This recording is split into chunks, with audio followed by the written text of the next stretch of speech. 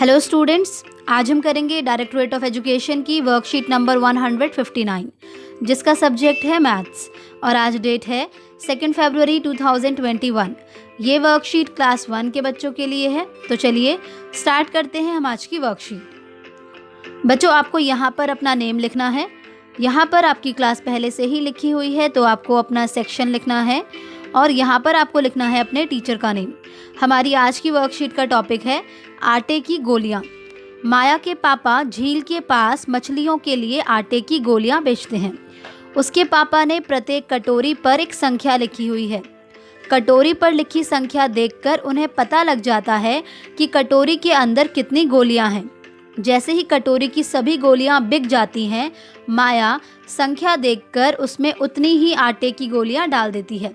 तो बच्चों, माया के पापा क्या काम करते हैं? वो झील के पास मछलियों के लिए आटे की गोलियां बेचते हैं। उसके पापा ने बहुत सारी कटोरियों पर एक संख्या लिखी हुई है, मतलब कि हर कटोरी पर एक एक संख्या लिखी हुई है। कटोरी पर लिखी संख्या को देखकर उनको ये पता लग जाता है कि भाई इस कटोरी के अंदर कितनी गोलियां हैं, ठीक है। और जैसे ही उस कटोरी की गोलियां बिक जाती हैं, यानी कि जब वो कटोरी खाली हो जाती है, तो माया क्या करती है?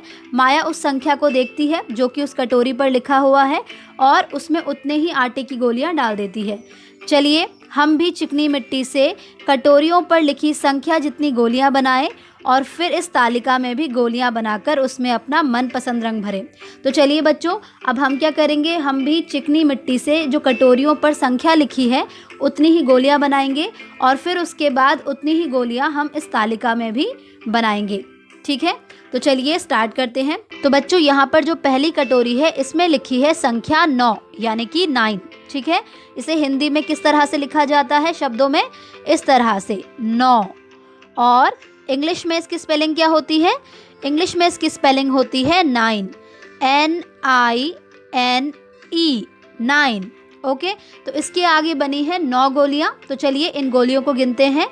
तो ये है 1 2 3 4 5 6 7 8 9। कितनी गोलियां हैं? 9 गोलियां हैं, ठीक। इसी तरह से जो अगली कटोरी है उसमें लिखी है संख्या 11। हिंदी में इसे इस तरह से लिखा जाता है 11। ओके, ये आधा ग है, फिर य पे आ की मात्रा र और ह, 11। ओके, इंग्लिश में इसकी स्पेलिंग क्या होती है बच्चों? ELEVEN, 11। तो चलिए अब हम क्या करेंगे? अब हम यहाँ पर बनाने वाले हैं 11 गोलियाँ। कितनी गोलियाँ? 11 गोलियाँ। और इसमें मैं रंग भी भरने वाली हूँ अपनी पसंद का। तो ये है पहली गोली, 1 2 3 4 5 6 7 8 9 10 11। तो आइए बच्चों, इनको हम गिनते हैं एक बार फिर से। तो ये हो गया 1 2 3 4 5 6 7 8 9 10 11, यानी कि 11। इसी तरह से जो अगली कटोरी है उस पर संख्या लिखी है 13। त पर एक ही मात्रा, 13, ठीक है, यानी कि 13। और इंग्लिश में इसकी स्पेलिंग क्या होती है? THIRTEEN,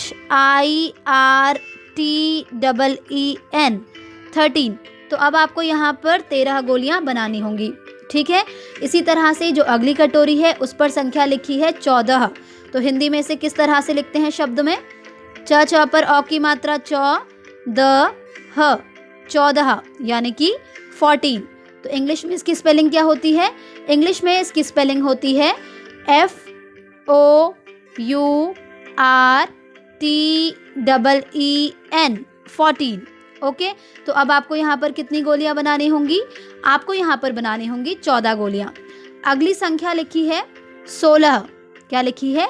16। तो हिंदी में से लिखा जाता है इस तरह से, स पर ओ की मात्रा, सो ल ह, 16, यानी कि 16। और इंग्लिश में इसकी स्पेलिंग क्या है बच्चों?